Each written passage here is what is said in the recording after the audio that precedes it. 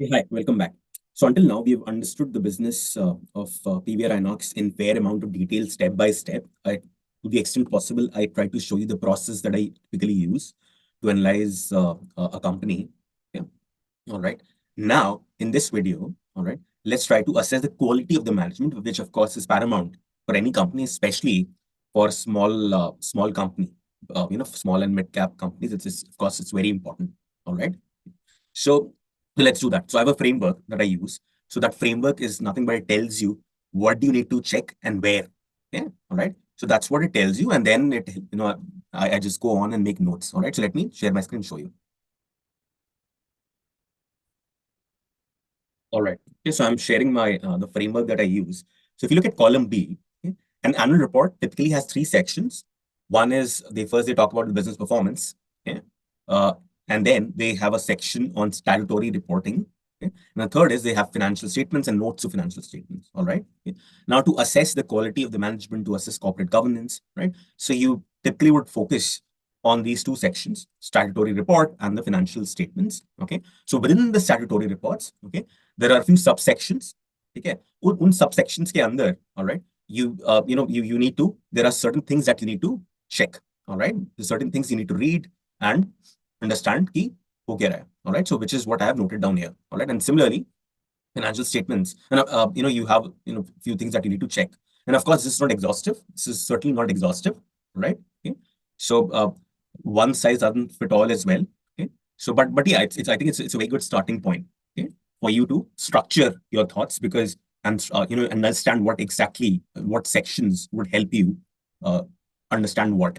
Okay, and also structure your thinking, structure your analysis, structure your understanding. Okay. All right.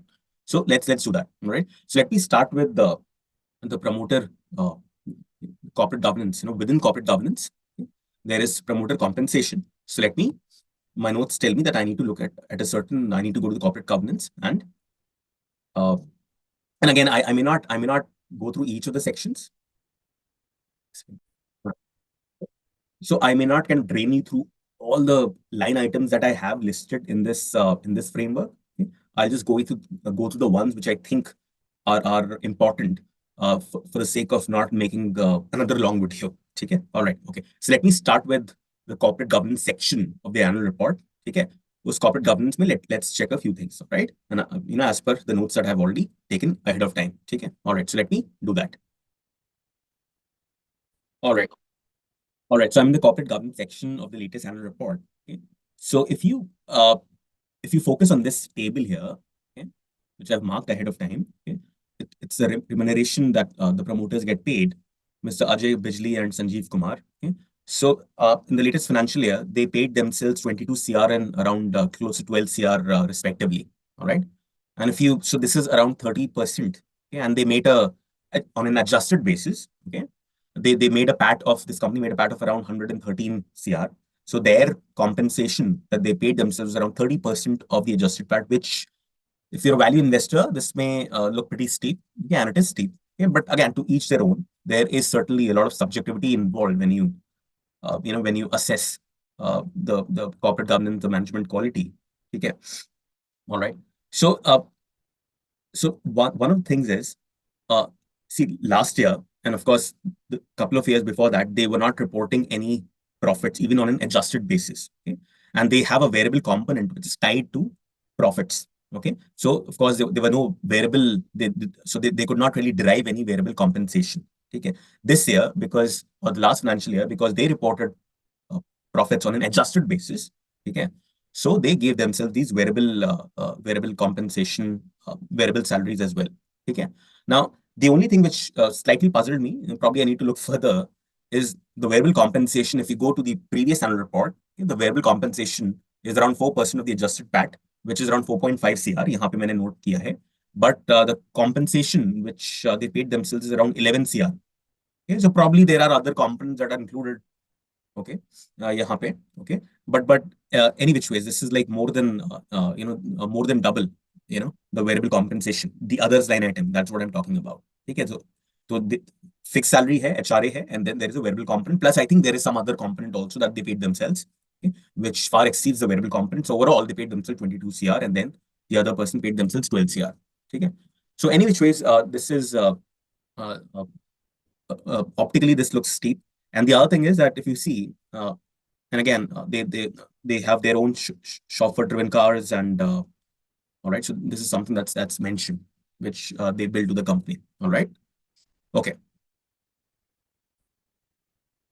All right. So back to my framework. So from we just looked at the compensation. Okay. And and again, to each their own. It's a little steep. Okay. All right. See, of course, credit should be given where it's due, because of course they've built a company from a ground up. But yeah, still I would say it's the variable component plus the overall compensation is it seems to be a little steep. All right. Now moving ahead. Okay. So let's look at let's understand their subsidiaries and the holding in their subsidiaries, okay, and what's happening over there. Okay. So there's a form AOC one. Let's just go over there and check की subsidiaries में क्या चल रहा है. ठीक है. All right.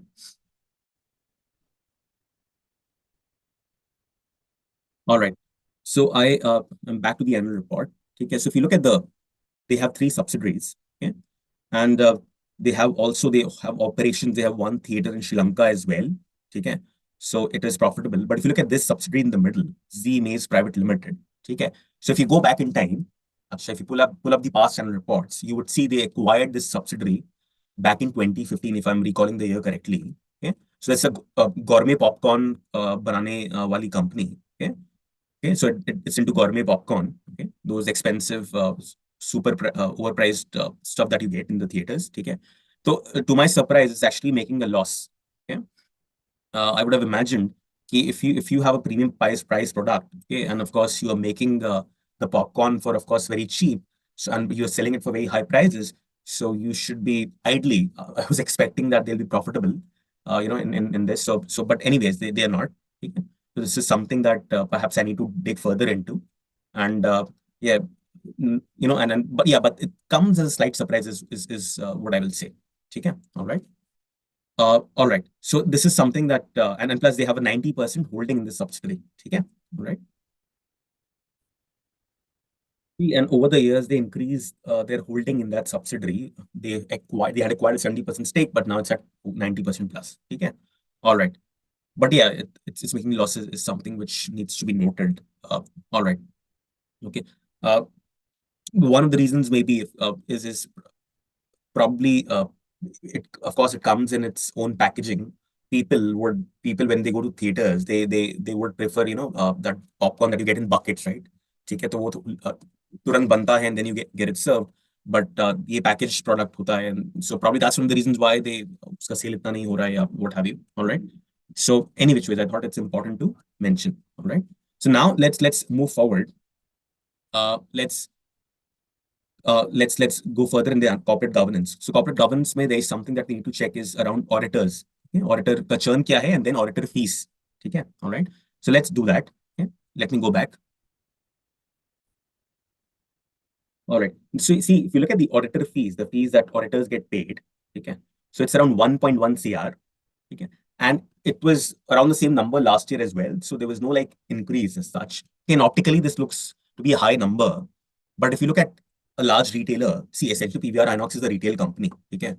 And Avenue Supermarts is also a retail company. So मैंने क्या किया? What I did, I just compared how much do does Avenue Supermarts pay to their auditors, and it's around the same number. Okay, they also have a very large footprint. Okay, so these guys, so the fees paid to auditors is in line with a large retailer like Avenue Supermart. All right. Okay. Because I think, see, they have so many stores, right? So they'll of course have to reconcile financials from all the stores. So I think there's a lot of work involved, and which that's why so for retail businesses, the auditors they charge a hefty fees. All right. Okay. So I would not say this is a concern or a red flag or what have you. All right. All right. All right. Now moving forward. Okay, I'm just jumping to the business responsibility and sustainability section of the statutory report. Okay. So usme, uh, I typically check for any information around employees, any complaints that have happened, employee churn that is happening. Okay. So let's go over there. Okay. Let's go to the business responsibility and sustainability section. Okay.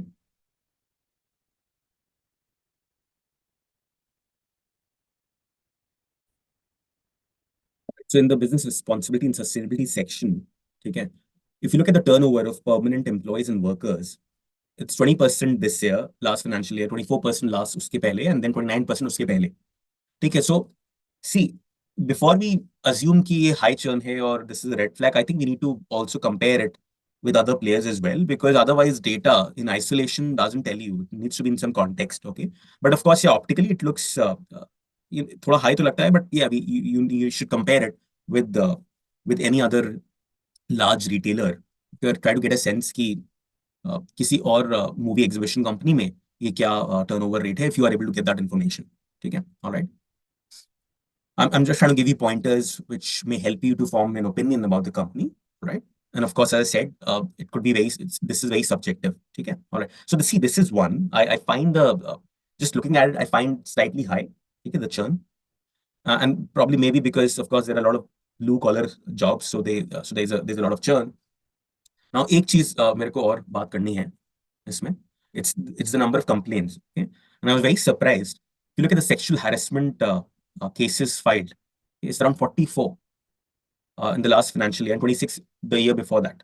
Okay, so again I looked at another retailer, okay, because this was very surprising. So I went and again opened up Avenue Supermarts. They have almost the same number of employees. I think they have around 20,000 employees, permanent employees in their payroll. Avenue Supermarts, and these guys, if you check, यहाँ पे mentioned है कहीं पे कि they also have around the same number of employees. Okay? Mentioned, permanent employees. Okay? So Avenue Supermarts पे the number of sexual harassment cases reported was 2, okay? And they have 44. So this is definitely an eyesore. Okay? This is definitely very unpleasant. It speaks to the internal controls and ethics within the company. All right. So, anyways, this certainly needs to be actioned, and better stringent controls and internal discipline needs to be put in place. Okay? That is something which it kind of tells you. Just see, क्या है कि जितना आप समझ सकते हो आप वो समझते हो देख के, राइट? और आपको बताता है कि अच्छा ठीक है, इस एरिया में आपको ज्यादा रिसर्च करनी पड़ सकती है, All right. All right. Okay. Now let's move forward. Okay. And again, I'm not trying to bring you through each and every line item. I'm just trying to cover what I think is important. And of course, this list or these pointers are not exhaustive. Okay. The risk of repeating myself. Okay. All right. Now let's move to the financial statements. Okay. Usme, let's look at some notes. Usme, let's look at the contingent liability wala.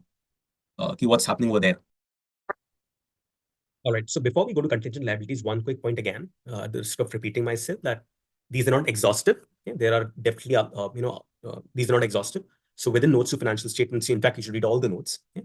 But specifically, you should also check for unexplained miscellaneous expenses if they have unexplained expenses.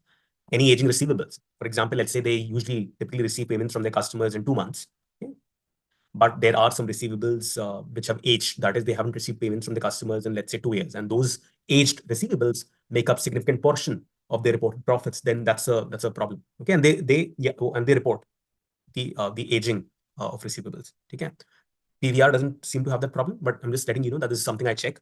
Okay, and expenses capitalized. Okay, so accounting allows you to capitalize some of your expenses. So you got to check as to these capitalized expenses, they make me what portion of your reported profits. If it's a huge portion of your reported profits, then that's something that maybe that you need to be aware of, and you need to basically keep tabs on.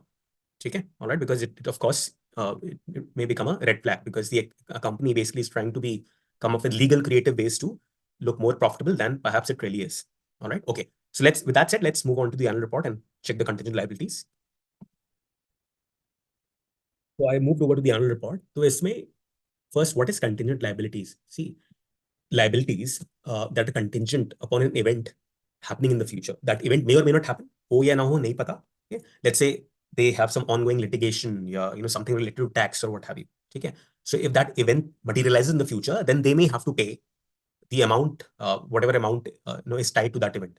Okay? So here they have provided an estimate of all those amounts, okay, tied to such events. Okay? And if you total up these amounts, it's around 340 CR. Okay? Contingent liabilities, you don't have to provision for these liabilities in your balance sheet. Okay? But let's say if they materialize in the future, let's say if all of them materialize in the future, okay, then of course, this is their 340 worth of profits would be wiped off. Okay, all right. And Abhi, inke profit itself is around 113 CR, the adjusted profit. So it's like 3 times right now. Okay? A better benchmark for comparing contingent liabilities, you should compare it with book equity. Okay? My internal benchmark is that contingent liabilities ideally should not be more than 10% of your equity. Abhi, inka equity is, so this 340 CR is around 5% of their book equity. Okay? Which is fine. Okay? It's not good, but it's manageable. Okay? So long as it's less than 10%. So for now, I'm fine with this number, but of course, this needs to be tracked in the future. Okay, all right. Now also, let's check for any expenses that they are capitalizing, since I also mentioned that. Okay. So yes, they are capitalizing expenses. They are capitalizing expenses. And if you see, okay, they capitalize 494 million, that is 49 or 50, almost 50 CR worth of expenses this year. Okay, because they are saying it's related to new cinema, new screens setup. Okay. See, accounting, as I said, does allow that. Okay, this makes around less than 50% of their profits. Okay.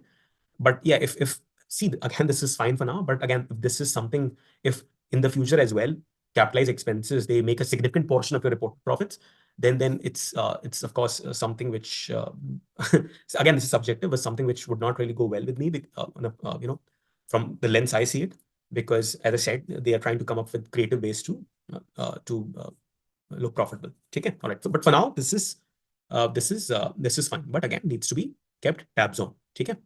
All right. Okay. All right.